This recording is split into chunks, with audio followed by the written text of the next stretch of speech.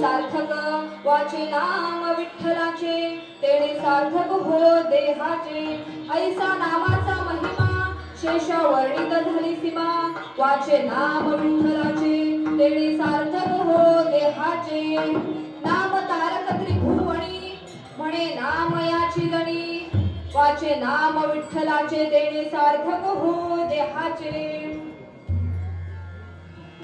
प्रस्तुत प्राप्त प्रसंगी प्राप्त स्थळी चिंतन रूपे सेवेकर्म निवडलेला अभंग अनंत कोटी ब्रह्मांड नायक पांडुरंग परमात्मा यांच्या लाडक्या भक्त संत जनाबाई महाराज यांचा 4 चरणांचा नामाचे महत्व सांगणारा अभंग या सेवेकर्म निवडलेला आहे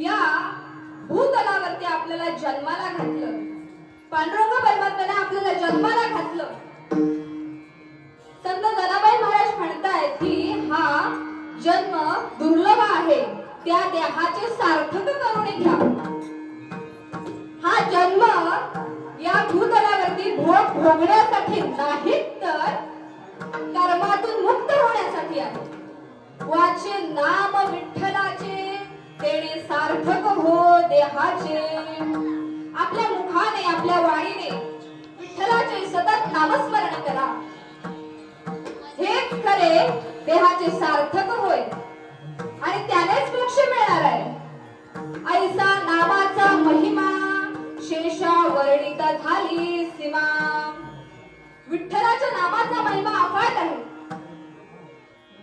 एवढंच नव्हे तर शेष नागालाही सुद्धा देवाच्या नामाचा महिमा वर्णन करताना सीमा आली होती देवाचा महिमा कितीही वर्णन केला तरीही कमीच आहे नाम तारक त्रिभुवनी म्हणे नाम याची जणी नाम तिन्ही त्रिभुवनात म्हणजे स्वर्ग मृत्यू पाताळ या तिन्ही त्रिभुवनातून तारक तारक म्हणजे तारुण घेणारे या संसार सागरातून तारुण घेणारे एकमेव साधन म्हणजे नाम आहे असा या अभंगाचा साधा सोपा भावार्थ तुमच्या समोर मांडण्याचा प्रयत्न केला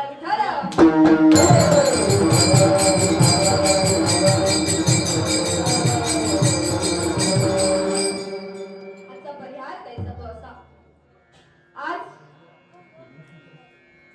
हनुमान जयंतीच्या निमित्ताने ग्रंथराज ज्ञानेश्वरी पारायण वर्ष 40वे मला ही सेवा हबप शिंदे महाराज यांच्याकडून मिळाली प्राप्त झाली माझ्यासारख्या अल्पमती पामराच्या वाट्याला ही सेवा आली त्यांना धन्यवाद देते प्रथम सर्व आलेले श्रोते मंडळी ग्रामस्थ अध्यक्ष उपाध्यक्ष महिला मंडळ आणि इथे सर्व आलेले टाळकरी विणेकरी गवई पखवाज वादक या सर्वांना धन्यवाद देते आणि पुढे माईक सिस्टीम पुरवणार आहेत त्यांनाही धन्यवाद देते आणि सेवेला प्रारंभ करते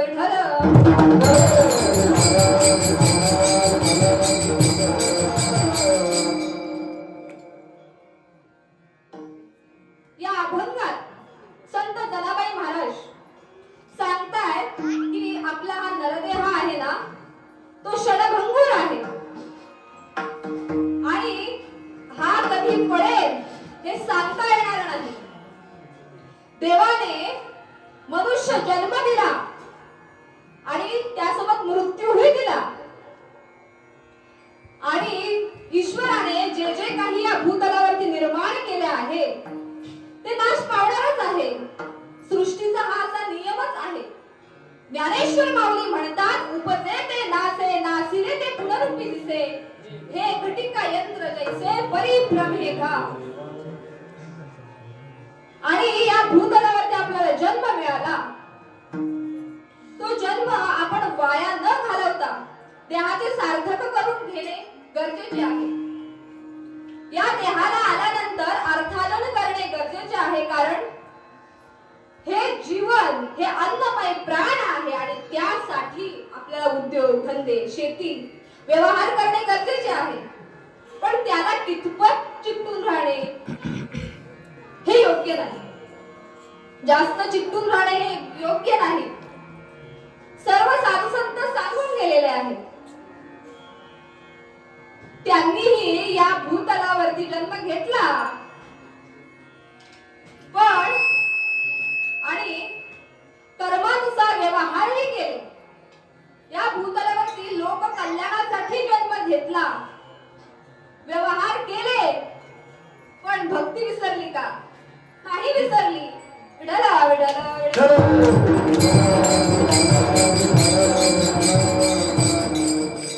उदाहरण घ्यायचे झाले तर आपल्या मारुतीराय सुद्धा भक्ती भावाने आराधना करून देवरूप होते. प्रभू रामचंद्रांच्या वेळी ते अयोध्येस परततात आणि राज्याभिषेक होतो अशी प्रतिकात्मक कथा आहे. आणि उत्सव चालू असतो. दागदागिन्यांचं वाटप होत असतं. दागदागिन्यांचं वाटप होत असतं आणि प्रभू रामचंद्र सीता मातेला एक सुंदर उत्कृष्ट माळ, जी चंद्र प्रकाशाच्या किरणांप्रमाणे लखलखणारी आणि रत्नांनी जडलेली अशी माळ, मोत्याची माळ ही सीता मातेला देतात.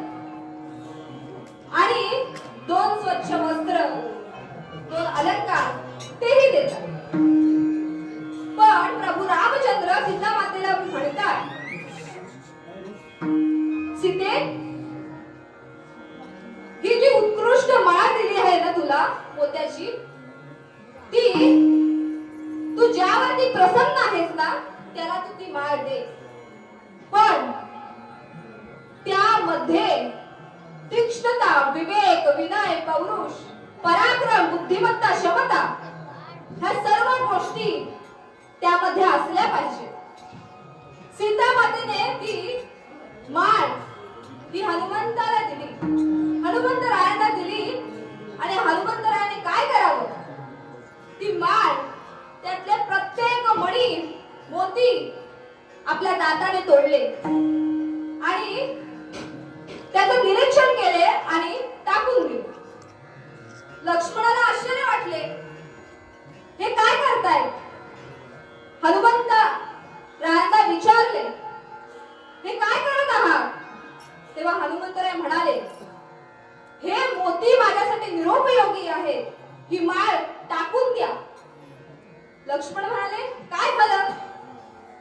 तेव्हा मारुतीराया म्हणाला, ते म्हणाले की या मोतींमध्ये प्रभू रामचंद्र दिसत नाही, त्यांचं नावही त्याच्यावरती नाही, हे मोती टाकून द्या. तेव्हा लक्ष्मण म्हणाले की तुमच्या शरीरावरती कुठे नाव आहे, कुठे ते दिसतायत व तुम्ही ते शरीर का ठेवले? तेव्हा हनुमंतरायांनी हे ऐकता क्षणी आपल्या नखांनी आपली छाती फाडून लक्ष्मणाकडे प्रक्षेपित केली आणि सर्व प्रेक्षकांना असं दाखवलं की प्रत्येक हाडावरती लाखोंच्या संख्येने रामाचं नाव आणि हृदयावरती राम सीतेची छबी दिसत आहे.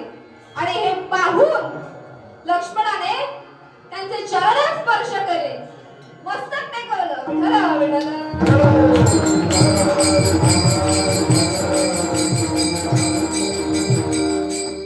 हनुमंतरायांची जशी भक्ती होती रामावर, प्रभू रामचंद्रांवरती, ते भक्तिभावाने आराधना करायचे, देवरूप होते, तसंच संत हे भक्तिभावाने आराधना करायचे.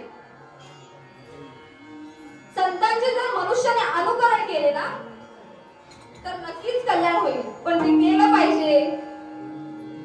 मनुष्याने संतांचे अनुकरण केले पाहिजे. संतांनी हे सांगितलं नाही की संसारात राहू नका. संतांनी हे सांगितलंय की असं ठिकठिकाणी सांगितलेलं आहे की संसार हे दुःखरूप आहे.